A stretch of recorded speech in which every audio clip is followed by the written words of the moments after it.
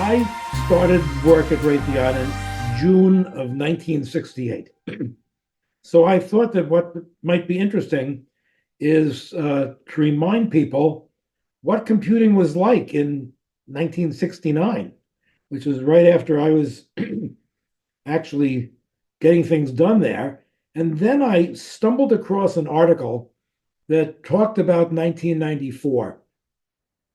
And it talked about all the changes to the world due to internet showing up a year earlier and all the companies that had been formed in 1994.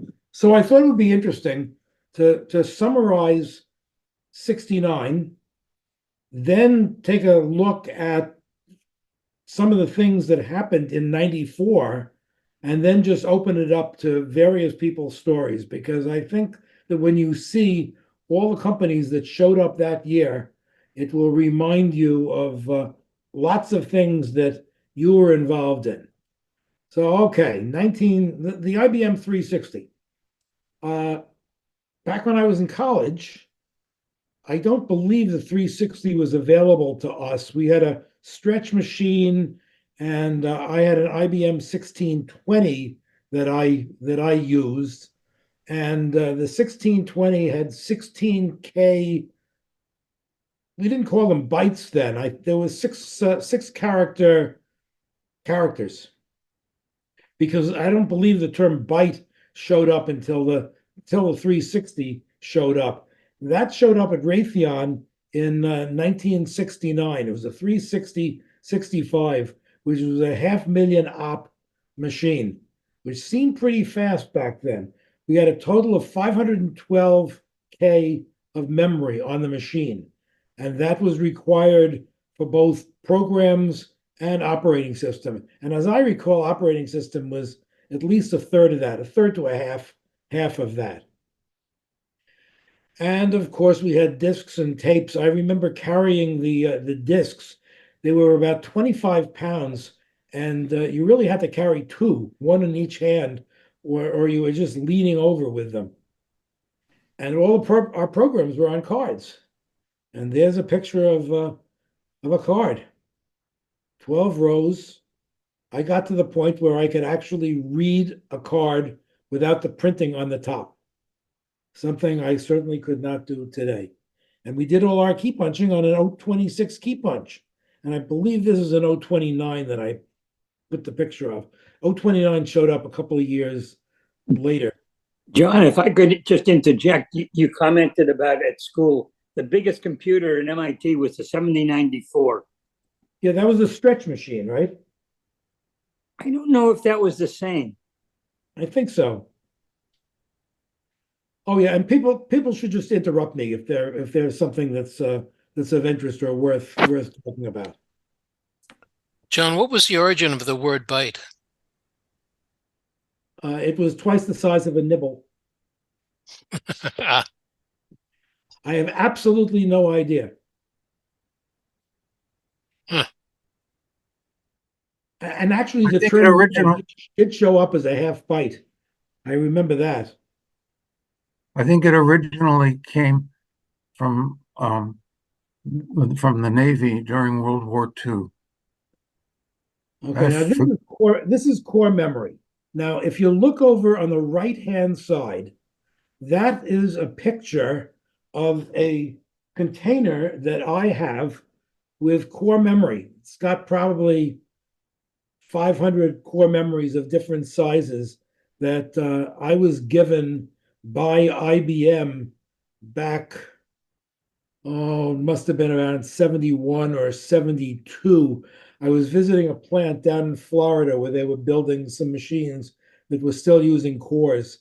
Now, if you look at all this core memory, there were 4 wires going through each core, because in order to set a 0 or a 1, you had to put a charge through 2 wires that were at right angles to one another, and the core that got the sum of the 2 currents that went through was sufficient to put a 1 on the core. So to write to it, you could write a 0 or a 1. it was harder to read it. And my recollection is that to read it, you actually wrote a 1 on it, and then you saw whether or not it changed the polarity of the core. And you did that through a sense wire, which is not shown in this picture. And if you sensed that when you by finding out whether you read it, if you changed it, you had to change it back. So it took longer to read it than to write it. And there's a picture of some core memory. When I visited that IBM plant in Florida, there were a large number of young Korean women. I don't know why they were Korean, except they must have lived in that area, which was near Disney World. And they had very good eyesight and very nimble fingers, because they were actually taking the wires on sewing needles and putting them through the core. Now, the way they got the cores to line up so they could put the wires through it is they had a flat panel, which I couldn't find a picture of. It was a flat panel, metal panel, that had indentations, irregularly spaced indentations. And by setting a small magnetic field, they were able to get all the cores to stand up at a 45-degree angle. And they would go to this piece of metal, and they'd pour a whole bunch of cores on it. And then they would take a squeegee and run it across the metal. That would cause one core to drop into each of these indentations. If they missed some, they'd have to put a few more in. Once they had them all there, then they would turn on the current, would turn the cores up at an angle, and then they would be able to actually put the wires through. And it never occurred to me until about 2 minutes ago, as I started thinking about this story, I wonder whether that magnetic field had any effect on these people who were sitting right next to it for 8 hours a day, week after week. I suppose that's a project for Jerry. John, sorry, again, another interesting core memory story. I worked with DEC computers most of my life, and we had core memory in the PDP-9. This was at Mass General Hospital. And about every 2 years, or maybe, hold it. I thought I had started the video, sorry. They would have to come in. The cores were sandwiched between high density sponges, and I keep trying to start. I'm getting messages to start my video. Okay. They would come in and they would have to take out the sponges, turn them over so that the uncompressed part of the sponge was now holding the memory in place. So this was preventive maintenance, mechanical preventive maintenance they would have to do on a periodic basis. Well, one of the things that happened at Raytheon, because certain items that we had ended up either in missiles or ended up on tanks, is that everything that we had in the field had to be built in such a way that when the tank went kabong, kabong, kabong, kabong, kabong, it didn't knock everything apart. And I remember we had a special contract with DEC where they were building, I remember PDP-8s that we were using, and it was a special build. And I have no recollection of those things holding the memory in, but I do know that where the circuit cards were put into a backplane, there was something put between the circuit cards, some sort of a sponge or something, and then the circuit cards were actually held in by straps so that they wouldn't come out. Yep. It was a very different way of doing business. Okay, so there were different keyboards that I used simultaneously, which I found really irritating, because once I finally learned how to type on a typewriter, and that was my Smith Corona typewriter that I paid $150 for as a senior in high school. And then I found out that the key punch and the ASR 33, the teletype, all had somewhat similar but different keyboards. So it was really complicated. And then they went from an 026 key punch to an 029. The ASR 33 was replaced by, I think, a 35. And so there were lots of different keyboards, and they were all different to use. Okay, then we had patch panels. I don't know how many of you people dealt with patch panels. A lot of you?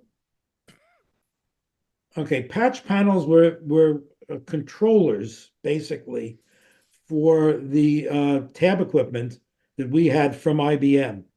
So we had card sorters and we had accounting machines and other things, and all those wires were what told the tab equipment what to do, which could include adding columns, moving data from one column to another. We had about 100 of these patch panels, and many of the production jobs, even those that were on the computer, had steps that were performed by this tab equipment. And one of the projects that I had in about 1976, I think, we brought in a piece of software called Dial 260. And I wrote programs in Dial 260 to eliminate all these patch panels. And then I figured that all these people that worked there who were older than I was, they were all going to want patch panels. So I said, well, we'll have a contest and see who gets them. And the only person who wanted one was me. So I took one patch panel and I put it up on the wall and I had it for a while.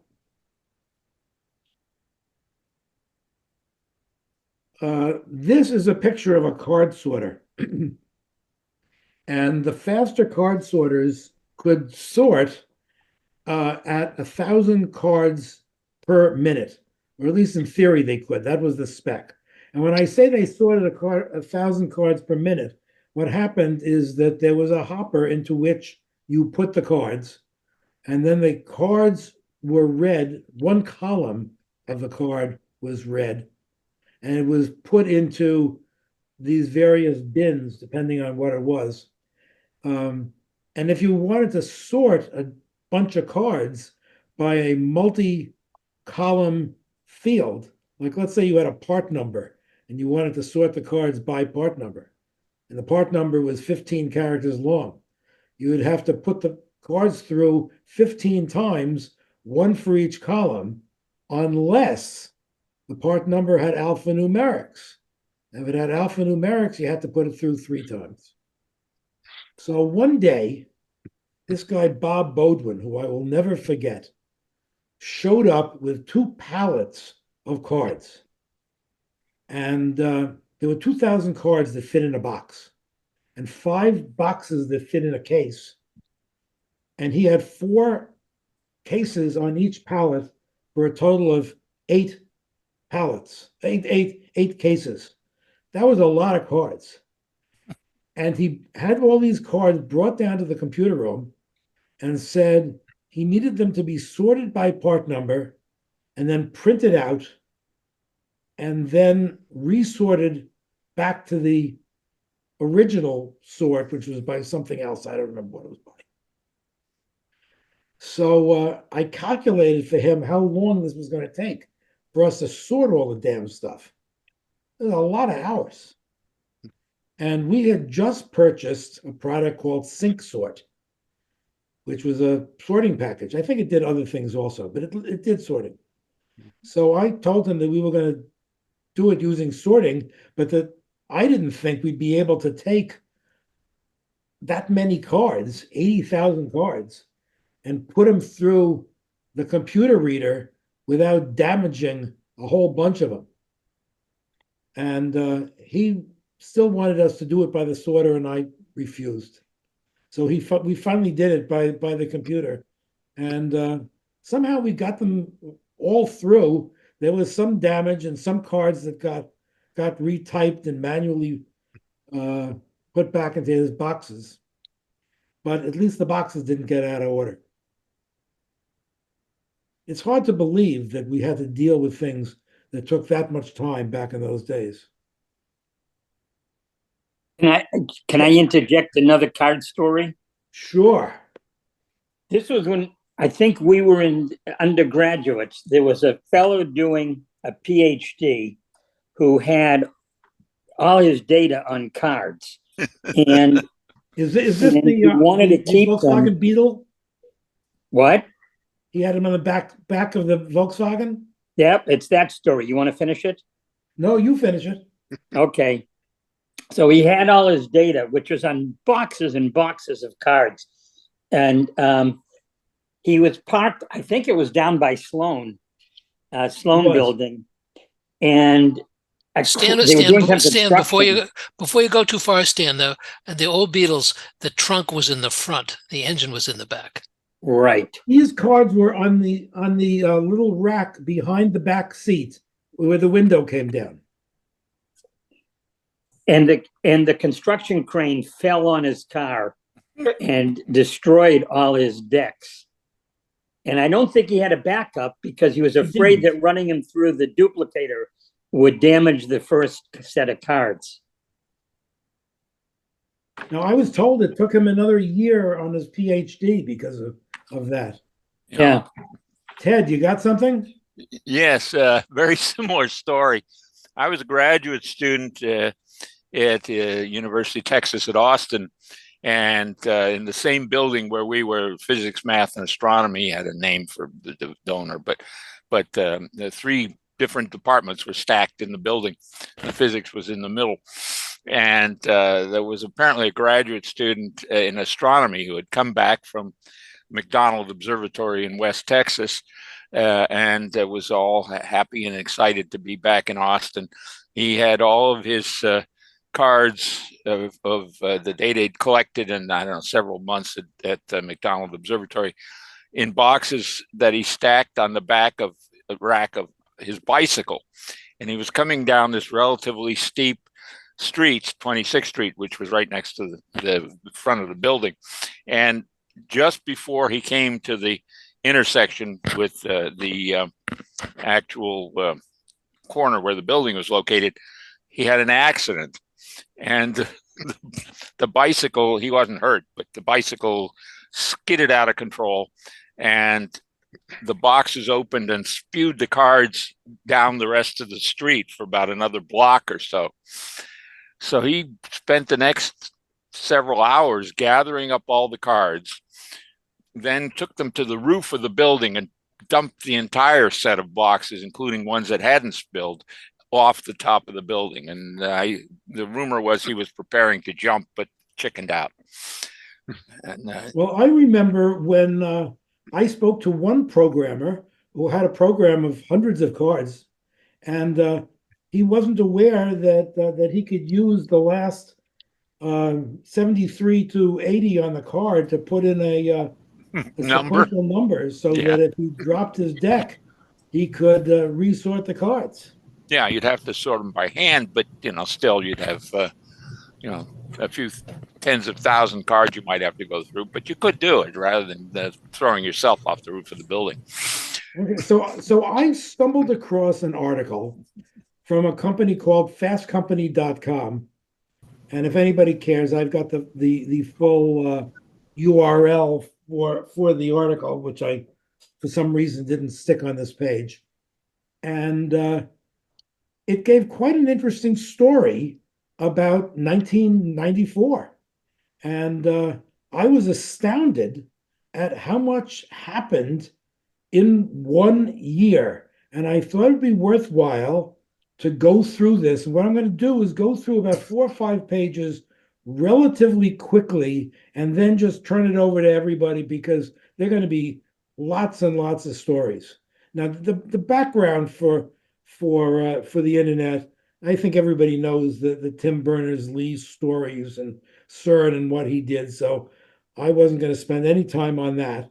So let's take a look at what happened in 1994.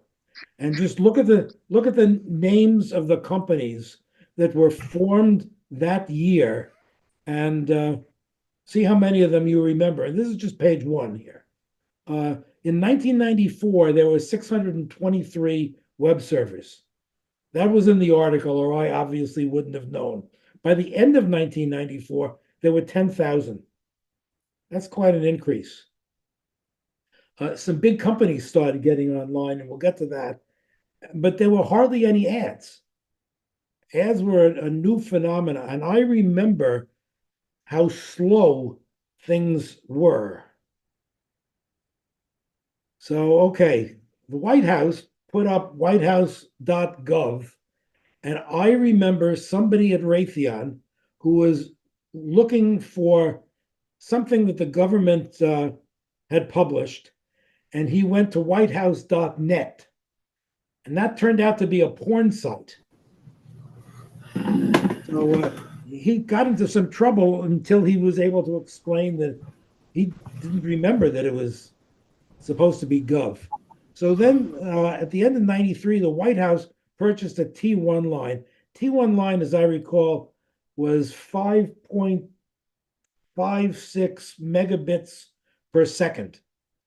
And because I remember I had a project that rented 5 of them. They were really expensive.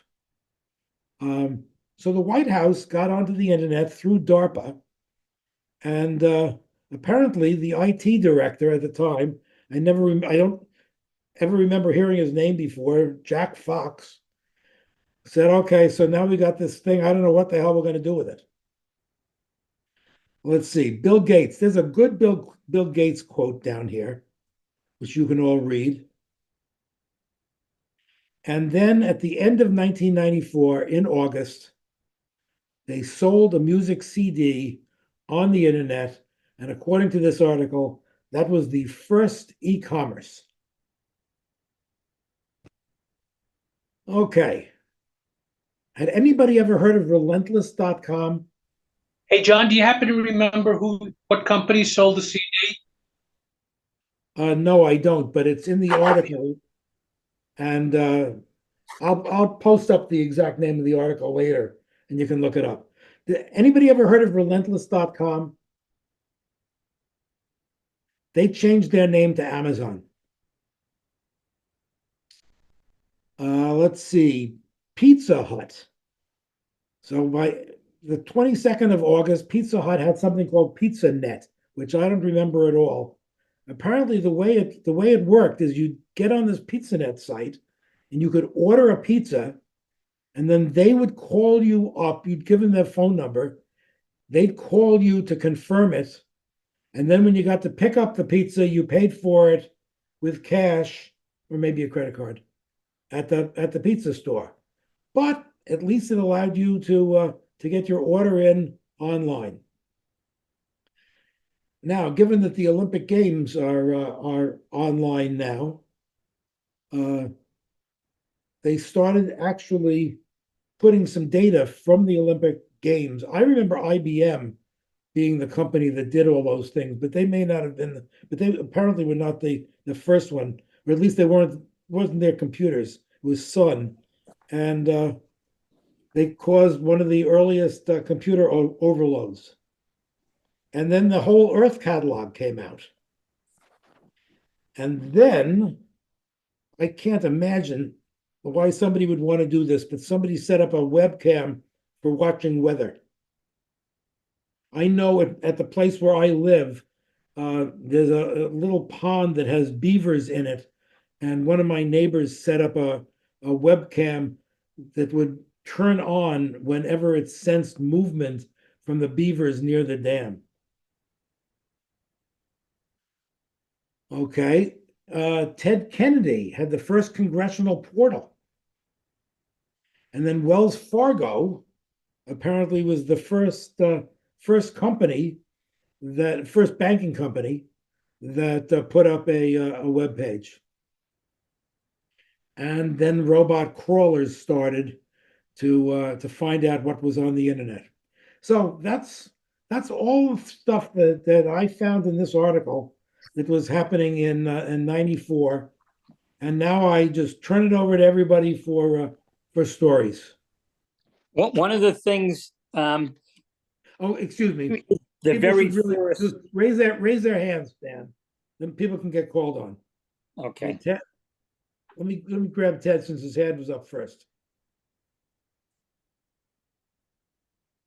He's also Muted. muted. Ted, you're muted, and go ahead, please. So, of course, the beginning of the whole thing goes back to DARPA, which was at that time called ARPA, and they started this whole thing rolling when Eisenhower was president. Eisenhower, a very underrated president and for his innovation. He reorganized the whole national security infrastructure and gave us DARPA or ARPA at the time. And their first task was to figure out how to connect the national defense infrastructure when the phone system would be possibly destroyed in the first few minutes of the war that we were going to have with the Soviet Union. And that's when the proposal for this packet switch network, which became ARPANET first and then became eventually the internet, came about. So that actually goes back to the early 60s.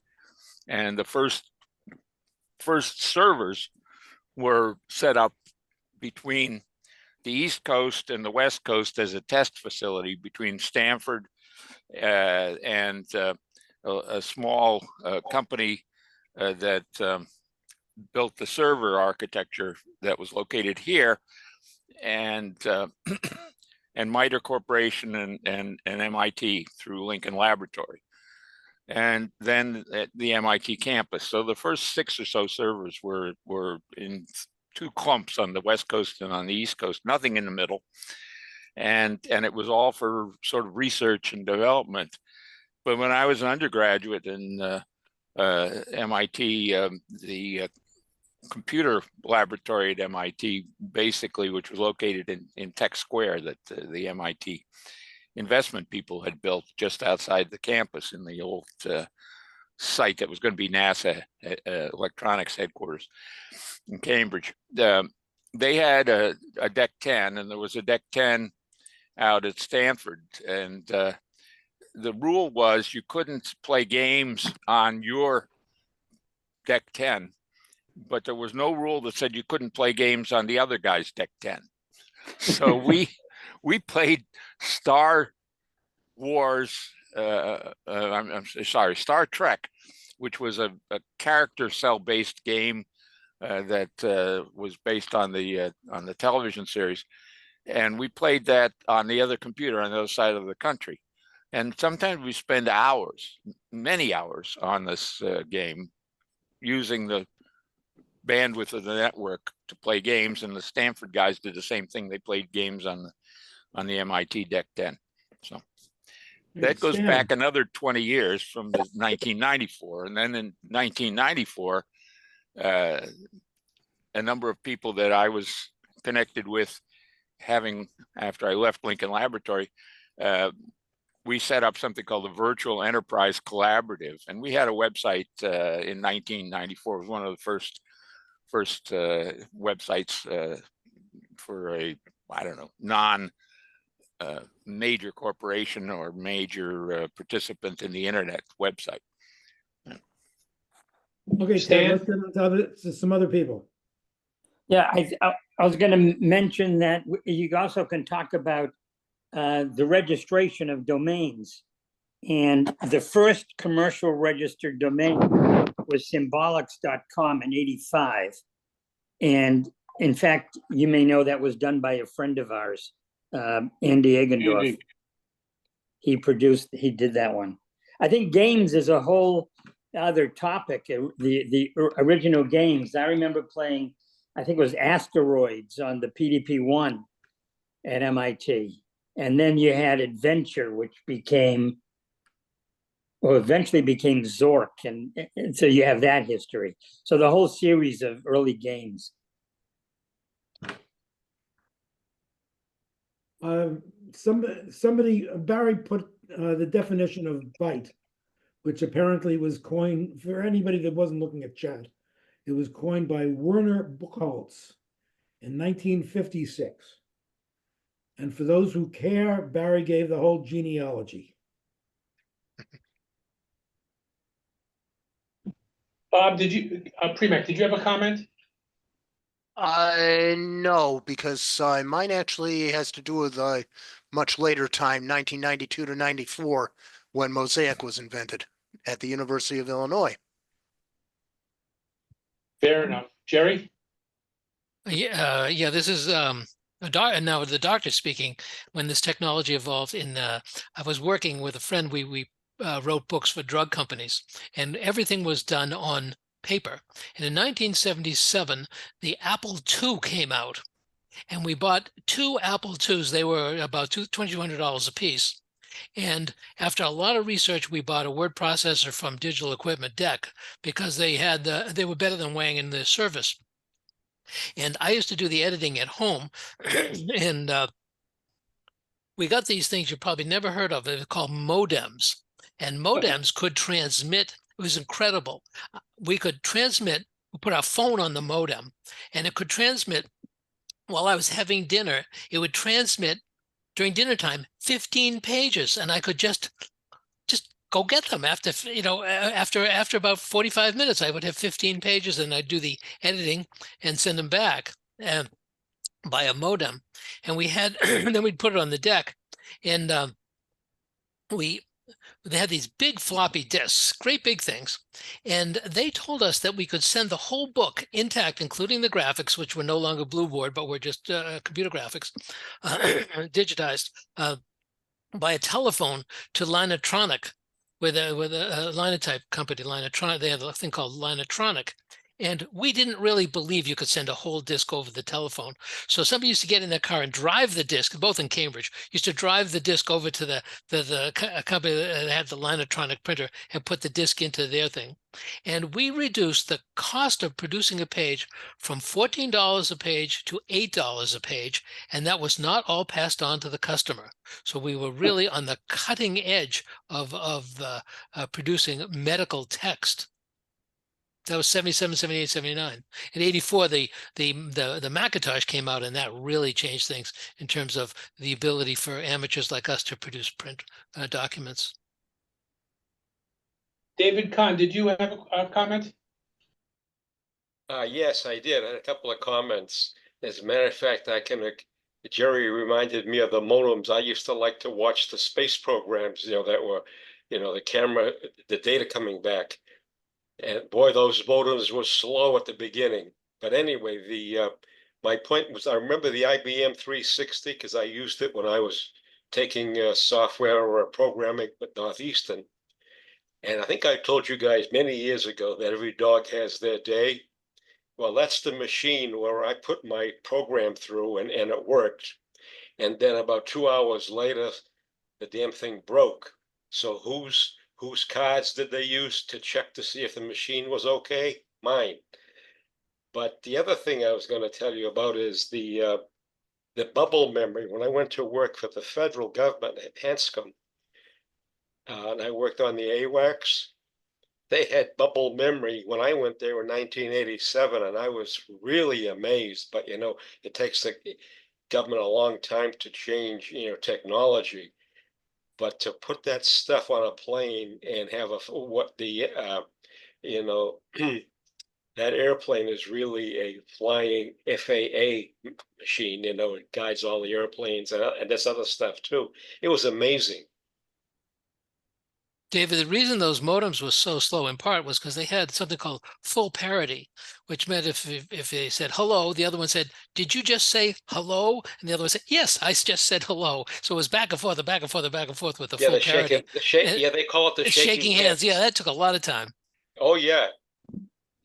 Full duplex and half duplex. Amazing. Oh, Joel. the one thing that the Department of Defense did with the internet is, they have test ranges all over the globe, and to try to coordinate anything, it was damn difficult. So the guys at MIT developed an internet software program to use on the internet. It was faster, cheaper, and extremely fast. So you could not only schedule, a test at the test ranges, you could also watch them or monitor them at the same time. Joel, go ahead. A couple of things with regard to modems. Those were the floppy ear ones also. and you'd put the phone in the receiver. I remember in 1968, I was sitting on a desk chair that had wheels, and I moved, and it screeched, and that cut your connection. Oh. The 360/30 was out in, I had a job in 1966, where we could submit the card deck to compile, but you couldn't do an execution on the same run. So you learned how to write in assembly language, branch out on the cards to some address that wasn't in your program, and branch back in to fix the one or two operations that were wrong. And that was for a commercial operation. Carl? The whole way of using computers was so different. I mean, when I started on the 1620, the same place as Joel, you'd only have one user at a time, and you'd sign up for times. You'd sign up for 20 minutes, which might be at 2 o'clock in the morning, and you could run your job and then get the results back. And if you were really fast, you might be able to fix a card or fix two cards and get a second run in, but then you wouldn't be able to get on the machine maybe for another day. Do you guys remember the incident at MITA? You know, the cost accountants for once did something right. They were being overcharged like $1, really done in the noise level. But they wanted to see why. Long story short, somebody had broke into the MITA computer system and was using it. Carl, go ahead. Yeah. Okay. So I have two accounts about working at a computer lab group at Mass General Hospital in the early 1970s. And so first of all, when I started out there, I had in a shared office, I had my own teletype, and at 110 baud, I could type away and get responses, and I did programming on that. Later on, when I got to use a 300 baud CRT, it seemed really nicely fast. But anyway, and someone at Mass General had designed like a wooden enclosure for the teletype to minimize the amount of noise because it was incredibly loud as it worked. Anyway, the second one that I want to say is actually also Stan Rose will know about, because the two of us overlapped there a couple of years. Yeah. And we had an operator's log on a clipboard, and the clipboard was hung over a door to one of the PDP-9 computers in the computer room, with a little paper clip. And every once in a while, we'd get memory errors in that computer, and someone from DEC would come in, and he'd open up the door and run all kinds of tests for a long time, never found anything, close it up, go out. Soon we'd start getting errors again. So eventually, one day, someone, maybe it was Stan, I don't remember, noticed that when the door was opened, when you pulled it open, like there was a little spark you could observe, and it was this paper clip was touching some core memory. And of course, when the DEC guys came to do their testing, the first thing they did was they opened the door, and because they did, they had to connect up things to do their tests. And so of course there was no problem then. I think what I did is it would go down so randomly. I just brought a chair and sat there for a day to see, was there something going on at the time it went down? And I noticed the operator was reaching for the clipboard when the system went down. Say, Carl and Stan, I got a question for both of you guys. When you worked at MGH, I was working as at Sanders Associates, and their commercial division, I think, supplied Sanders workstations for MGH. And I know I worked for the R&D division, and we sent some engineers up there, software engineers, to do a systems analysis for the data flow for you guys. Do you recall that at all? That's when the first computer systems came in. I don't think it was for our lab. It was for the hospital, the whole hospital. Yeah, there was a very conventional computer group at Mass General, used IBM computers, didn't do anything of any terrible use other than accounting and maybe running a census program. The group that Stan and I were involved with was sort of cutting edge, doing things involving laboratories and medical records and the like. So Well, I think it was the other group that was for. Carl, I've been waiting since 1975 and Stan, I've been waiting since 1975 and 1976 to lodge this complaint, and now I can. I was at Mass General in the pulmonary unit, and we had pulmonary function testing, and the first month we did it, we had to calculate it by hand, and you had to do E to the T and things like that for diffusion capacity. But the second time through the lab, we could put it in the teletype. We were in the Bullfinch. We could put it in the teletype, and we'll go either up or down or sideways to the computer, and they had a buffer. And you guys took 4 hours to turn over the calculation. It was faster to do it by hand than it was to put it in the teletype and let it come back 4 hours later. And I just want you to know that I have been waiting for the moment where to find out who was responsible. Now I know who's responsible for that. Oh, good for you. So I will accept your apology belatedly if you choose to give it. Itself was Dr. Robert Greenis. So I'll give you his contact information. He's in Arizona now. Yes, blame him. Jerry, the guys from Sanders, they were down at that hospital for several months because when I say data, they went in from the patient input, everything. They were trying to do all the data flow, plus counting aspirins and stuff like that.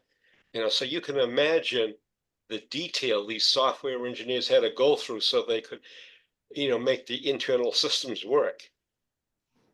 So I think we need to separate out the sort of business machine type of computing that went on. It started back in the 50s, but it never really progressed very far until the advent of networks. Everybody was still dealing with punch cards and things like that, and even some of that was, as I said, with the guy with this data from his observations on telescopes. But the other stuff is real-time computing, and I think it'd be great. At some point or other, we should have a talk on SAGE.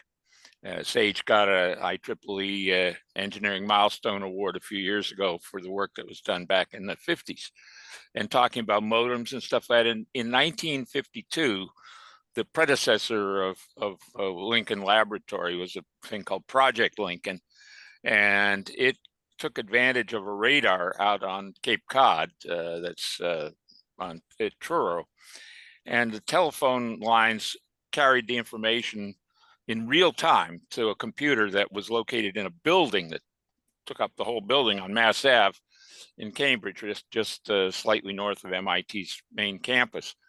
And with another radar that was located up on the North Shore, they could synthetically create a radar that did not exist, that was located right there at the MIT campus, out of the data from these 2 radars sent over the telephone line at 40 bits per second.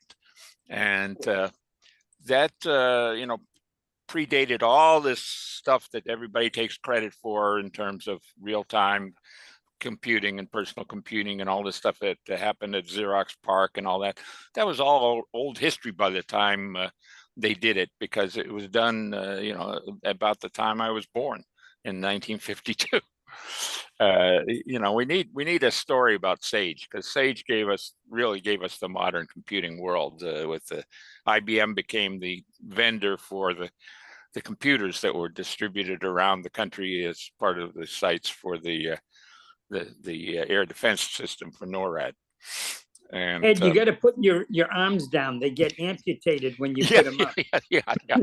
That's the problem with this. My wife won't let me show the real background behind me because she's embarrassed. Not that she has anything to do with it, except that she's associated with me.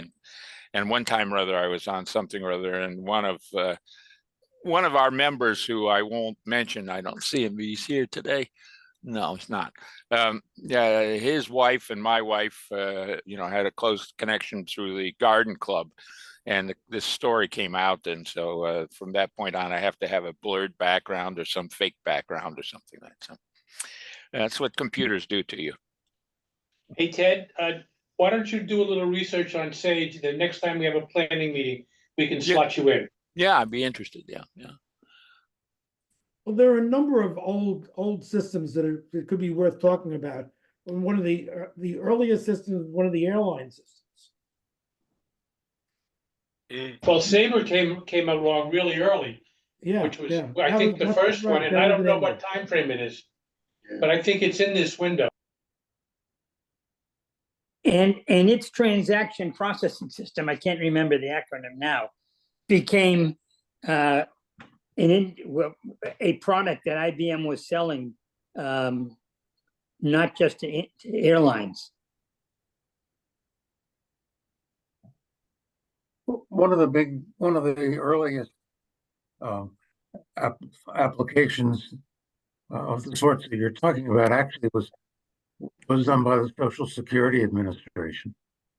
They computerized very, very early. Yeah, and unfortunately, they're still using the same hardware and software today. Well, if you want to pay more taxes, if they pay some more in taxes, an upgrade.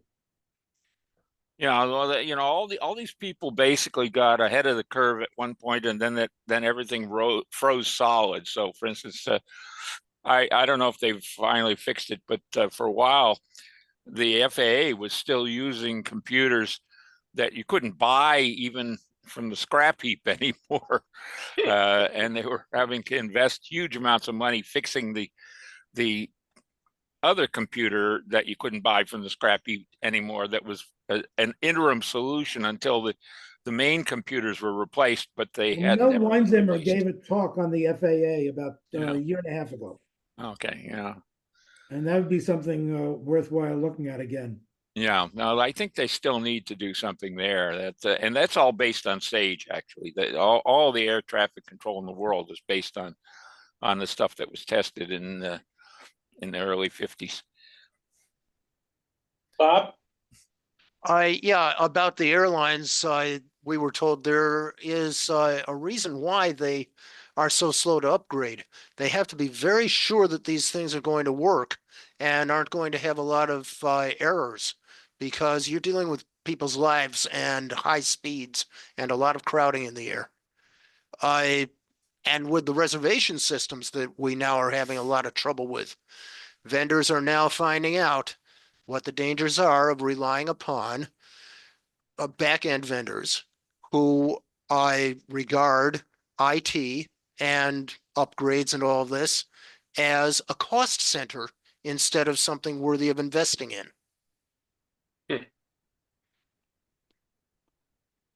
Well, there's also a big difference in how people test things. Now, I spent my entire career in an environment where the testing of software probably represented 50% of our cost in developing systems, because you couldn't afford to have anything wrong. And in addition to that, everybody's familiar with the term beta testing things, but when you have software that's really important, you do a lot more than beta testing. You test it at a variety of levels, then you install it on a couple of machines, and if it's something that ultimately is going to go on lots of machines, thousands of machines, you don't put it off on 1,000 machines all at once. You do it in little bits at a time to make sure that everything's working. And I never took the time to do all the reading on all the screw ups from 2 or 3 weeks ago that Microsoft had with one of its vendors. But that was a clear example where somebody didn't understand that you have to test the product before you install it. Well, the problem with that, John? of course, was that was in fact the business of that vendor. The business of that vendor was precisely to avoid what happened. I mean, that's what CrowdStrike does, supposedly. Yeah, let's not I wouldn't be blame investing in that company right now. They're Let's going not to blame face billions Microsoft of for something dollars. a responsibility for. Not that Yeah. I'm defending, let's be honest. CloudStrike made a mistake in their delivery mechanism, and they're fully responsible. Microsoft's product was not flawed. Right. And CrowdStrike basically is going to face very large liabilities because of all these companies that had all their problems, like some of the airlines were stuck. And, Delta canceled thousands of flights because of the problem due to CrowdStrike. Delta has instigated a lawsuit against both CrowdStrike and Microsoft. Yeah, I don't think Microsoft was at fault. They just took yeah. CrowdStrike at face value. They said, this is what your business is, and we assume you know how to do it. It's similar a bit to what happened with Boeing with that vendor down there in Wichita that was making those parts that fell out of the airplane. Steve, That vendor in Can I Wichita comment on used to be- what he just said? Can I comment on what he just said? yes, please. Okay. Also, Mike, if you could show your video so we could see you when you asked your question. I believe Microsoft is at fault in a much lower level. The need for the CrowdStrike software to access and rewrite low-level drivers in Microsoft is what the cause is. I've worked with systems, and in order to accomplish certain things, you have to rewrite the Microsoft drivers because they don't have the capabilities that the application needs. So while they're not directly related to the issue, they have contributed to the problem. If you look at other operating systems, such as the Unix-based and the Linux-based systems, the kernel is kept separate from the applications, and thus there's an insulation between the application and the inner workings of the software. Correct me if I'm wrong, but that's my opinion. No, I think that's absolutely correct. That was left over from when Microsoft just took the whole idea of the address space of the 86 basically processor that the original Microsoft Windows prototype ran on, which was based on DOS. And they kept it for years, way after it should have gone away. But they never, it's like this comment somebody made about, the FAA keeping its computers or whatever. They were afraid that if they changed it fundamentally, then all these computers that they had sold to run on DOS would be replaced by Apple computers or something else. And so that was their problem. They kept DOS in there, and you'd see it. It would pop up when the whole Windows thing collapsed, and there would be left this black screen that you could enter DOS commands to it. It would still occasionally do things. Steve, can you tell me where you saw that documented the fact that CloudStrike was rewriting Microsoft drivers, or is that just your opinion? Well, it is my opinion because I have experience with other people rewriting drivers. I'll search for that reference. I think what I read. Bob has something. Go ahead, Bob. Yeah. I have references, and even though we meet on Jitsi, if you attend the Natick Foss meeting this Thursday afternoon, or see the YouTube, they put it up on YouTube after the meeting. We are going to have a topic about CrowdStrike, and it includes how patch guard, which was what this originally was in Microsoft, bringing everything outside the kernel. They were doing it before Linux. And it was to protect the kernel. But but Microsoft has a competing security product, which is now called Defender. It was then called Security Essentials or Microsoft Endpoint Solutions. And that was viewed by the EU as a vendor lockout. So Microsoft is required by EU law to allow access. That's how come we have inside the kernel drivers for security in Windows. In Linux, there is not such a requirement. So they've been able to eject all kinds of drivers outside the kernel. Every other kind of driver except security in Windows is outside the kernel now, pretty much, except what's included in Windows. Pretty much. And in this particular case, I don't think they rewrote any drivers. They were just allowed to add their driver at the kernel level. They are also allowed to modify kernel level DLLs. But I think in this one, they were just adding a kernel DLL. Gentlemen, I'm going to make a suggestion that perhaps we want to table this and put it in a potpourri or do something like that. Exactly. Discussion. Yeah. Jerry? Yes, since I was picking on Carl and Stan, I would like to mention something of their work that came to fruition, was very interesting and helpful, and set the standard. Early on, when they started collecting information from medical records, one of the first things they did was just put the list of diagnoses. And a cardiology fellow, her name was Eve Slater. She was a year ahead of me at Columbia Medical School. And when I was doing pulmonary, Eve was doing cardiology. And Eve had this idea, it was probably in 77 or 78, that she could go through all the charts and find patients with aortic stenosis and see what happened to them, the prognosis, which in the olden days was almost an impossible task, to sit down in medical records going through one chart after another to see who had aortic stenosis. And she collected a very large number of patients with aortic stenosis and wrote a very important article on the prognosis of aortic stenosis, which ultimately pushed ahead a lot of the surgery for the valvular surgery for aortic stenosis. And that stemmed from the computerization of the medical record, the early one, just the list of diagnoses. So you're off the hook. So you're off the hook. I want to commend MGH for being an innovator in the various areas.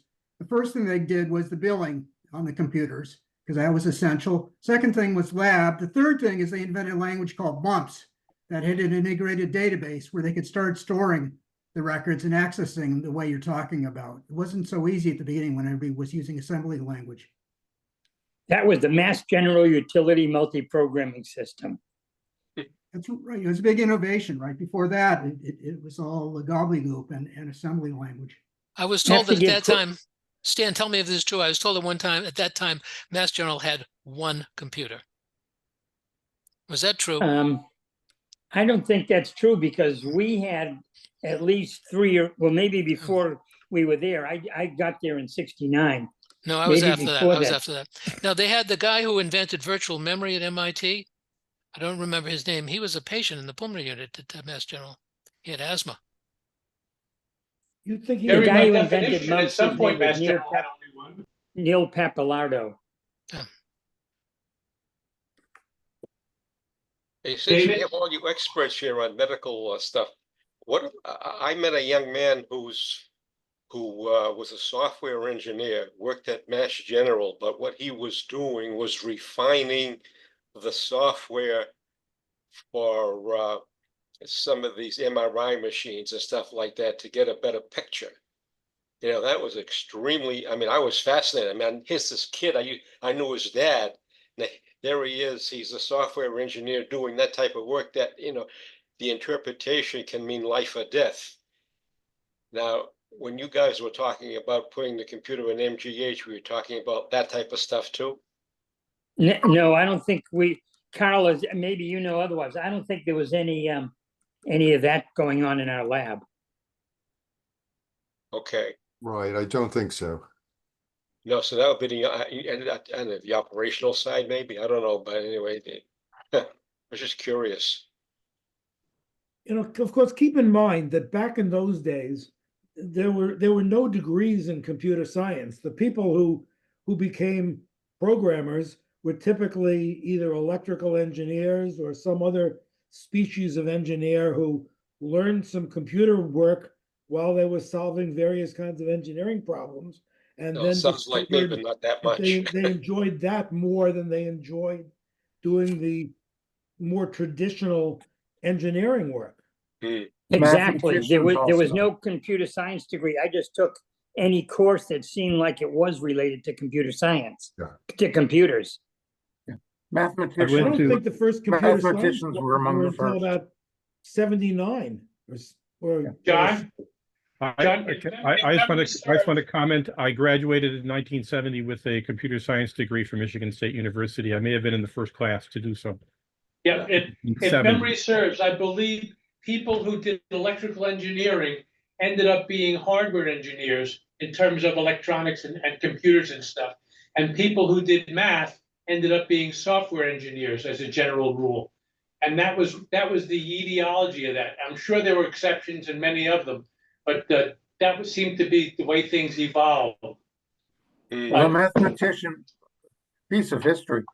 I mean, the involvement of mathematicians in programming goes back to the 1950s, the earliest computers. So the actual etiology of these things is basically the separation between people who used computers and people who designed computers, and so and then the things split out in the sense of the users became the computer scientists predominantly, and the designers became the computer engineers.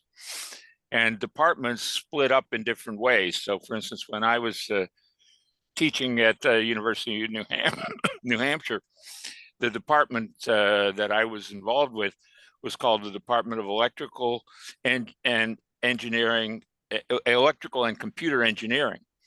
Whereas at MIT, the splitting was different, and it was the Department of Electrical Engineering and Computer Science. And they separated MIT's numbering systems course numbers, so-called, of 6.1, which was hard electrical engineering, and then 6.3, which was the computer component. And it evolved that way. But there were a lot of other people, physicists, like my original background, who were users of computers, but they couldn't get the computers to do what they wanted to do. So they rebuilt the computers, rewrote the software, and sat on top of this whole thing. And sort of they became the real prototypes of computer systems engineering, which Carl, came along later. Did you have a comment? But it's complicated. Yeah. Well, I just had some small comments about computer science degrees. So I think 70 or 71 was about the earliest that someone could graduate with a computer science degree. I know where I went to school, I graduated in 69, and I think that was the year that they introduced a computer science degree. Yeah, somewhere right around there. I think you're right. Late 60s. Right. But it was all, but it was through DARPA that the computer science was funded at many universities. And I'm suddenly blanking on his name, but the same fellow who proposed networking computers over great distances was also the one who started the funding of computer science at universities. So, Carl, you had the students, but where'd you get the teachers? That's a good question. Well, no, they were already there. There were computer science. The software engineers were math professors who were using computers. And the hardware engineers were electrical, people. People doing electric systems that ended up doing computers. You had double E's who knew a lot of math. Yeah. And so they became the computer scientists. So that's how computer science, I think, evolved. It was the electrical engineers who knew math and could put the two together. Computer science came from that, I think. Or people who were math majors that were doing that stuff, but Who it's did, Not really.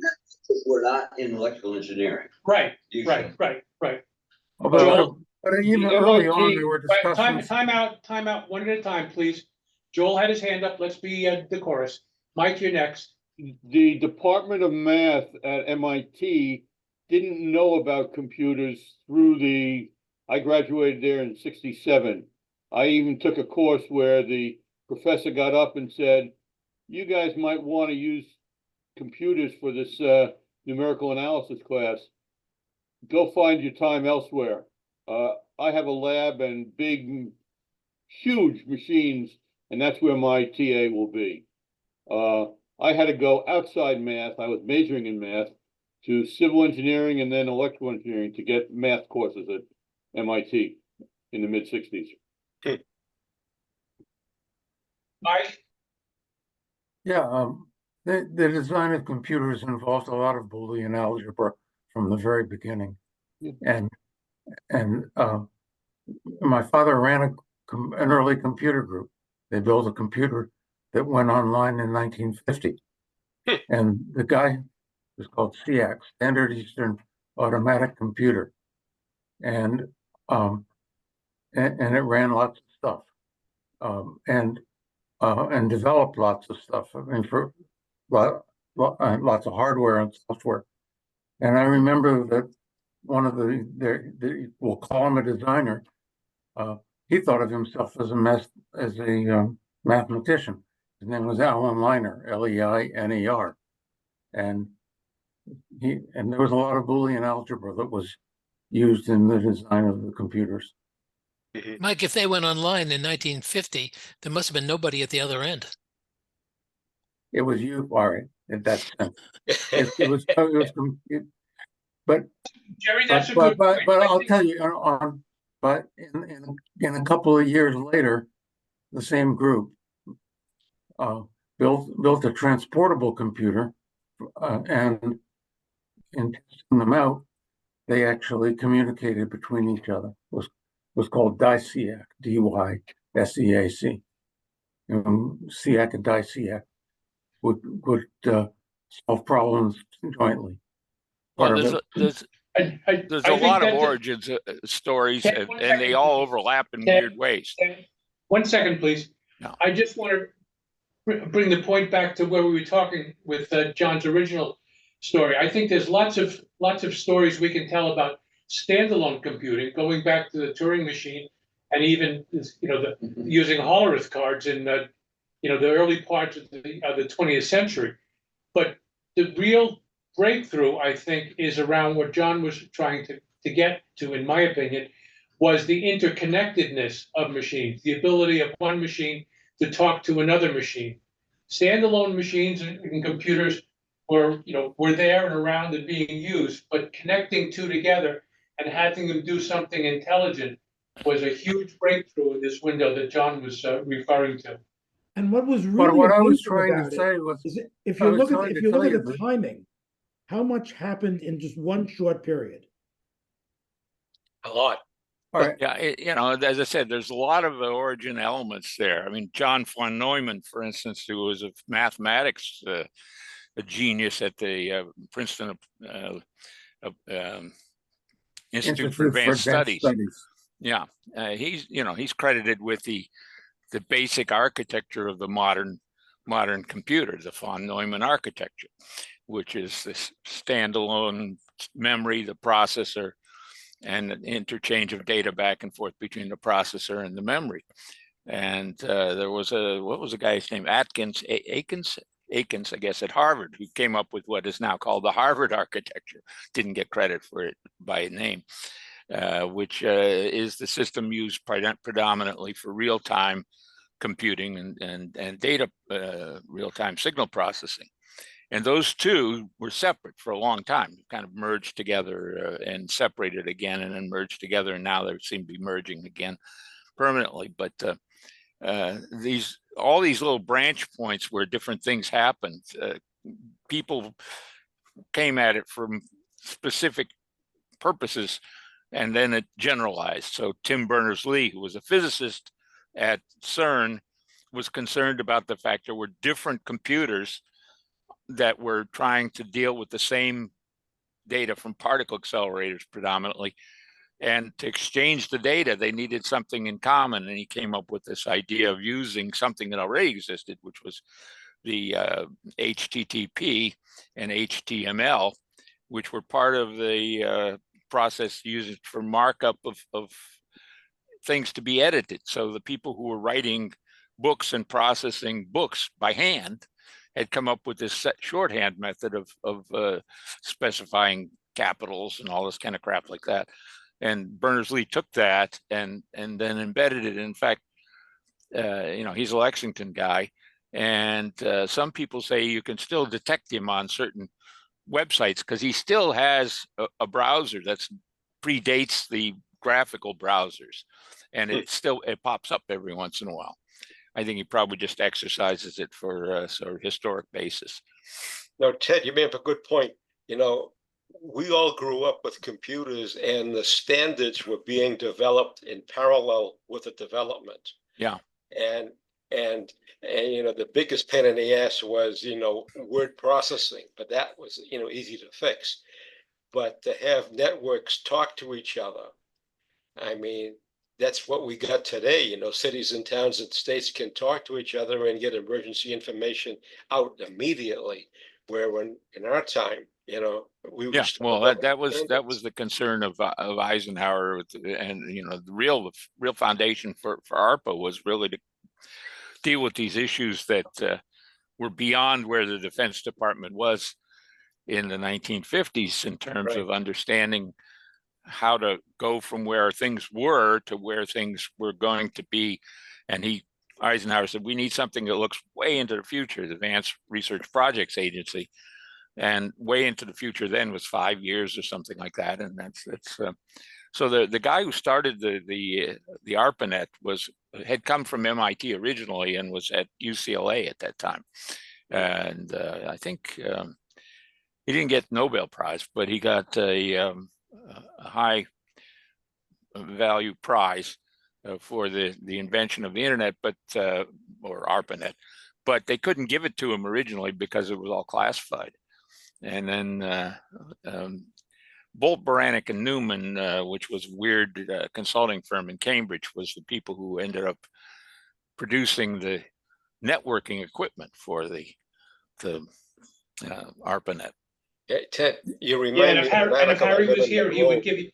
Hold on a second. Harry was here, he would give you a whole story about EBNet. Yeah. But Bob, did you have something? Before you go any further, Bob has his hand raised. I've been trying to get to him, Steve. Thanks. We haven't moved on to the actual things that were going on in 1994 and the surrounding years, where the internet protocols were developed. And this was where the University of Illinois and their Mosaic browser started entering in, and we got the World Wide Web that we have today. That's it. When was Netscape first released? It was several years after. 1994. 1992 was Mosaic, then came Netscape Navigator, and then there were the browser wars. Yeah. All right. I just know Netscape was early. I remember Mosaic, and I didn't know where Netscape was and what was going on there. And there is something in chat about BBN, which also was about that time. December of 1994 was Navigator 1. Yeah. Jerry and then Stan. Yeah, the whole idea of this, when Bob mentioned the World Wide Web, I believe it was Patriots Day, 1977. Ed Markey, a very young congressman, gave a little talk, on right in Lexington, just outside the center after the parade, and he was talking about this thing called the World Wide Web and the internet, and we had no idea of what in the world he was talking about. It sounded like the craziest idea you ever heard. Yeah, he didn't know either. Well, I did a good job. Yeah. Stan, did you have something to say, or are you just adjusting your camera? Yeah, amazingly, I don't have anything to say. You know, if you go back to the pages on my Basically, chart, it's right. There we go. Peter, if you go back to the pages in my chart, you can take a quick look of the things that happened in 94. And it was an incredible list. I mean, Amazon started, Netscape started, lots of products. Nope. Jerry, I'm sorry, Mitch. Yes. So John was talking about what, 26 years from 68 to 94. So we started with the era of standalone computers, got into transactions. You guys skipped over time sharing. And then now we're at the internet. Now there are companies like Digital had DECnet way before the internet was there, and they're using it internally. I was amazed. I used to have back in the mid 70s and so on. There was a concept called long distance and international, and it cost a lot of money to talk to somebody. And then one day I was accessing a computer from Maynard that was in Australia, and they didn't charge me anything for it. And that was because it was DECnet. It was on their backbone and was built into some of the early operating systems, including VMS. And so it had started internally there were point-to-point networks, and there are other innovations that they competed against DECnet, but eventually the public standards took over. And a lot of it was based on INT machines, which were produced from digital equipment at the time. Yeah, but DECnet was all proprietary protocols going between 2 points, and you're absolutely right. But the difference was when the protocols became standardized, so that any computer could talk to any other computer. That was a huge breakthrough. You know, well, that was Berners-Lee who came up with this thing because of the need to share data amongst physicists at CERN, or physicists associated with CERN. And he realized that you needed a standardized language, and that's where the idea of networking networks came together, basically. But they had to build what's known as a stack, an OSI stack, or DEC had their own stack that started with low-level protocols that were at the hardware level, and then above that, a few more layers up to packet levels, and then above that, routing levels, and so on, before you could build the whole internet. Yeah, well, there were networks of all kinds, but they were incompatible because one at a time. One at a time, please. Yeah, presentation level is the topmost layer in many cases. Application level is below that, but you had to have a whole stack of protocols that were documented and freely implementable by or licensable by companies. Was the packet switching stuff that BB&N developed? Was that a keystone in some of this? Oh, absolutely. That was the foundation for all of it. But as I said, the original purpose of it was to connect together parts of the air defense and the response networks, NORAD and SAC, all that, that had previously been connected by telephone lines, or was still connected by telephone lines at that point. Yep. But they realized that if you blew up the telephone switch centers in a couple places, the president could pick up the red phone and nothing would be on the other end of it. And so that's when they said, well, there are going to be resilient residual components of the telephone switching network, even if you destroy Chicago, for instance, or something where a lot of AT&T switching occurred. And I said, well, what about if it went through Atlanta on the way to Omaha? And how do you do that? Well, you can't do that with a telephone network, but you could do it if everything was broken down into little tiny pieces, that you could send this little burst via Atlanta, that little burst via, someplace in North Carolina, this piece via Florida or whatever. And some might be going by radio, some might go by landlines. And that idea came out of ARPA's work. And they said, okay, let's test it. And that's when the first ARPANET was put together. And that's early 60s. And then it stayed in that kind of fashion, growing slowly to the point where I think BB&N pioneered the basic idea of email that would pass stuff over this ARPA network, and DEC and all these other people had their own versions of those things. And then Berners-Lee said, well, we need something that ties it all together. So in the early 90s, the stuff that had been percolating together gradually over 30 years was coalesced. And that's when we had the internet for the first time that was really useful.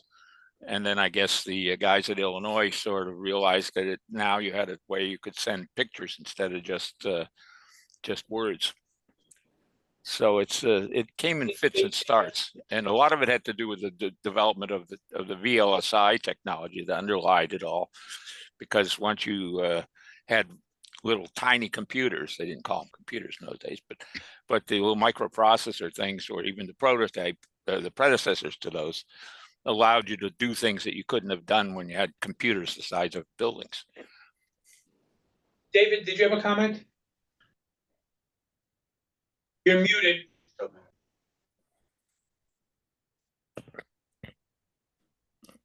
David, you're muted. I'm going to let this, I think, Stan, you had your hand up. Okay, now I'm all set.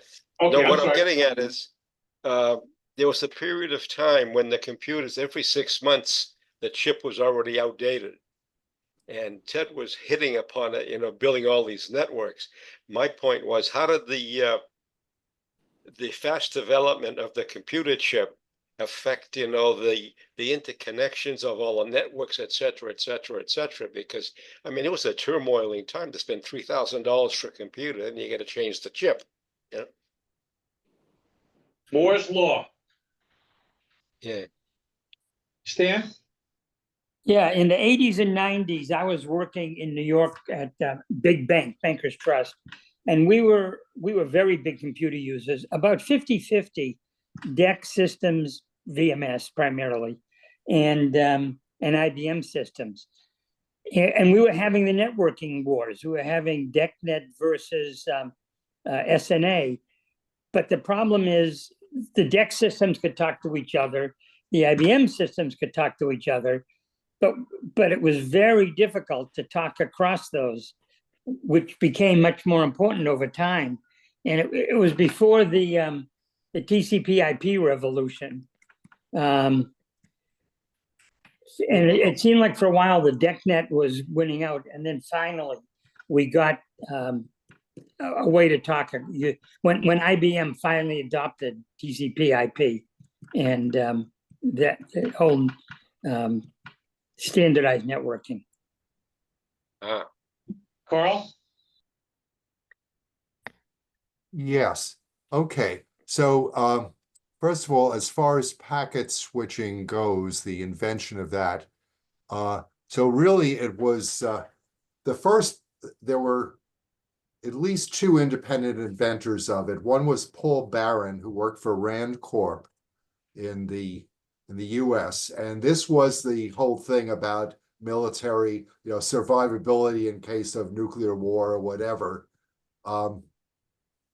DARPA was not involved in that, and that wasn't part of their intention. In fact, only when they sort of started trying to look for how to put together this network that they wanted to build, that they discovered the work of Paul Barron, who'd been somewhat forgotten. He had written actually something like an 8-volume work on this thing, trying to answer all the objections to it. AT&T said, no, this is impossible. You can't do it. And the military at that time, they didn't go ahead with the project as he designed it. There was also a guy in England who worked for, I think, in physics, who very slightly later, or almost at the same time, but totally unaware of Paul Barron, also invented packet switching. And his goal was to get a few computers at physics sites in the UK talking to each other. It was only sometimes later that the two of them found out about each other. The third person who claims to have invented packet switching was Leonard Kleinrock, who was the one working at UCLA. The other two guys claim that what Kleinrock wrote about wasn't really packet switching. There was more message switching, but I don't know. I won't get into the details of that. But anyway, that's some of the background of that and when the work was starting on the ARPANET, they first heard about the guy in England, and he told them, "Oh, you have someone here in the United States who's an expert on it." And then they hired Paul Barron as a consultant to the project.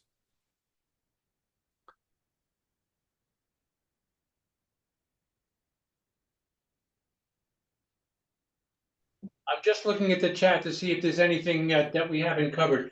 We have about 5 minutes left.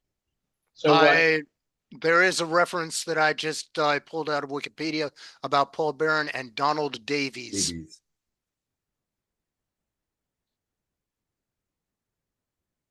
Yeah, So a lot of those saw that now. A lot of those were over networks that were all point to point, or I mean, they were extended networks that were relatively slow. But within at the beginning there, Ethernet was a big invention, where families in a building computers in a building could talk to each other very quickly. The cables were very big at the beginning, and they shrunk them until we have what we have today. And then there were also competing protocols before the internet. Of course, TCP/IP is a low-level protocol, but AppleTalk, DECnet, and some others were around. Another thing is core memory was actually done in Big Plant was by RCA on Route 20 in Marlboro. Had one big building, one floor that was stringing cores. Digital bought that building and then added another floor for other operations. And they essentially, a lot of their value of the company was based on the property holdings before they went out. At MIT, the TX0 was one of the first computers, and that was forget the name of the vendor, but it was the Tech Model Railroad Company is notorious for using that, inventing games and so on. And then Multics was on I guess a GE machine that was around for about 10 or 15 years. Instead of using copper on the black plane, it was silver. And after time, it shorted out and they had to decommission it. Yes, John. John?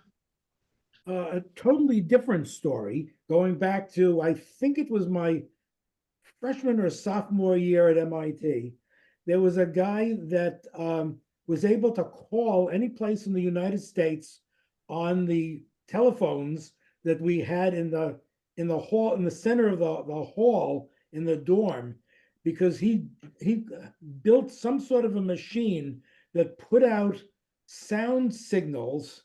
Stan may remember the details. Sound signals that sounded like nickels and dimes being put through the coin entry point on the phone, and he was able to therefore pay artificially for his phone calls.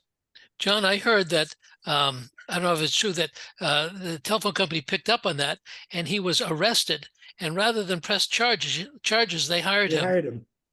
Yeah. I don't remember, John, if it was emulating the sound of the coins or he was sending tone dialing. Yes. Yeah, he was sending the tones that fooled the switching equipment into thinking they were the control signals and allowed them to go through. So-called blue box. Did that to call Hawaii every week. Yeah. Who did? There are two things that are happening here. At a payphone, when you dropped a quarter in, it would make a bong. When you dropped a nickel and a dime, it would make different sounds. And I think what happened is that he recorded those sounds, and the only way the operator can tell that you dropped a quarter was you heard the bong. So he played the bong, and it sounded like he dropped a quarter without having dropped it. Then the operator puts the call through. The other one is something having to do with Captain Crunch. There was a whistle in the Captain Crunch box sometime. When you blew on that whistle during a long distance call, you call an 800 number, you blew on that whistle, the call would end because the far side would detect that you'd hung up. You would then have access to all of the internals of the phone company, and you could play the necessary multi-frequencies for each of the numbers, 1, 2, 3, 4, 5, and make phone calls. Yeah, there were I proved this when I was in college. Yeah, there were three inventions that were outside of the telephone official universe, and they got nicknamed Spiros, Tees, and Agnews after the vice president of Nixon's vice president. And one of them was essentially the so-called electric quarter tones, which was the thing that Steve was just talking about. But there was another one which automatically got you into the switching system, and conveniently. Ted, I want to interrupt you because I don't want to get off on a sidetrack about telephone stuff, and we only have like less than a minute. But I did want to mention one thing that did happen during that time period, is that something called the single inline memory module was developed, and that was Dr. Wang. Yeah. And that became cross-licensed with every computer company that existed at the time. So it became generally available, and it changed the face, if you will, of memory in the computers during that same time period. I don't remember the exact dates, but it was sometime around the window that you're talking about. Yeah, there's a whole host of these things. There's a famous course that was given by a person who's changed gender, whose name is Lynn Conway, and this was an MIT 1978 VLSI system design course, and this was published by Addison Wesley, and that became the foundation for the modern VLSI era, because the work had been done earlier on the other side in West Coast, but the course was taken to MIT as a test of this idea of how to simplify the synthesis of the VLSI systems. And once that was given, and people who took that course then carried it around the country, in fact, indeed around the world. So 78 to 80, and by 80, DARPA was funding the something called VISIC, the Very High Speed Integrated Circuit Program, which is how the Moore's Law really took off, even though Moore had written the first paper in 1965. So there's a whole lot of this stuff. I actually wrote a book chapter with two other professors at that time from University of New Hampshire that got published in Taipei as part of a Chinese book. There were two chapters in English, ours and one other one, and the rest were in Chinese. And ours was 78 pages or something. It's a history that goes all the way to the mid 2000